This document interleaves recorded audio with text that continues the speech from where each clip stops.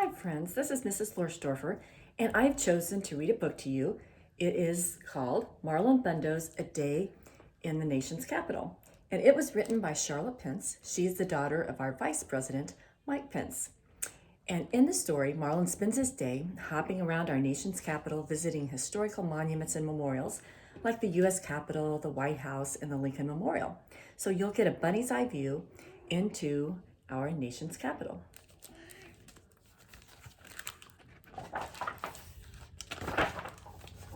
Hi there. Have we met? If not, I'm Marlon Bundo Pence. I live in Washington, D.C. with my grandma and grandpa. You might know them as the Vice President and Second Lady. There are lots of events here in my home, the Naval Observatory. Today we have school children visiting from all over the country. Grandma used to be a teacher, so she leads them in the Pledge of Allegiance. Can you say it with us? I pledge allegiance to the flag of the United States of America and to the republic for which it stands, one nation, under God, indivisible, with liberty and justice for all. With one ear raised, I listen to the words of the pledge and I feel a little confused. What do liberty and justice mean? How are we one nation under God? Grandma says the Pledge of Allegiance reminds us of all the things that make America special. Justice means treating everyone fairly. And liberty is all about freedom. One of our freedoms is religious freedom, says Grandma, which is why a lot of people came to America. I hopped to the window and looked at the National Cathedral down the street. This is one of the symbols in Washington that stands for religious freedom. Grandma says there are more places in our nation's capital where we can learn what the pledge means. Let's hop around and find them. One of the ways we exercise our freedom is by voting for our elected leaders. The Pledge of Allegiance says the United States is a republic, which means that we get to choose who our leaders are. Look, I can see the Capitol Dome. In this country, we all have to obey the laws, but we are also allowed to have our own opinions about important things. And a place where this right is protected is the Supreme Court.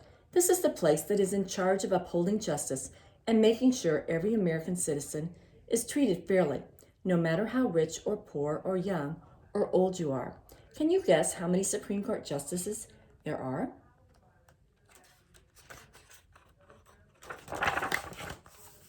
We can also learn about important issues and form our own opinions by reading. When we read about famous people and events from history, we learn important lessons, like how to treat everyone fairly. A good place to read is at the Library of Congress, which has thousands of books. It's the biggest library in the world. I even found my first book here. We can also learn a lot about our country by looking at historical documents. Some of those are found in the National Archives, including the U.S. Constitution, written more than 200 years ago. In just 4 pages, the Constitution spelled out exactly how our country would be run and how our rights would be protected. We can see it up close under this glass case. Oh, look, I can see the White House down the street. That's where the President of the United States lives, which is the highest elected position in our nation. But the president isn't a king. Like in other countries, we get to choose our president every 4 years. Let's wave hello.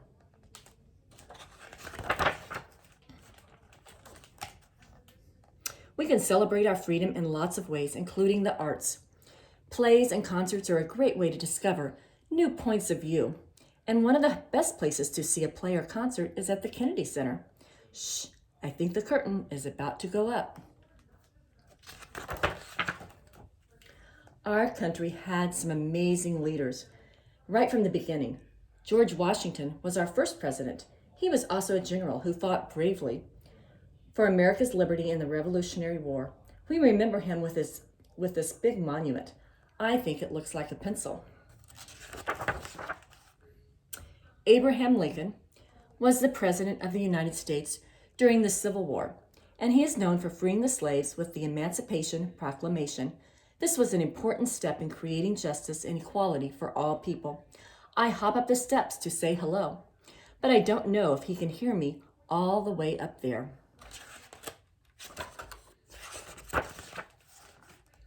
Equality means that all people are treated the same way.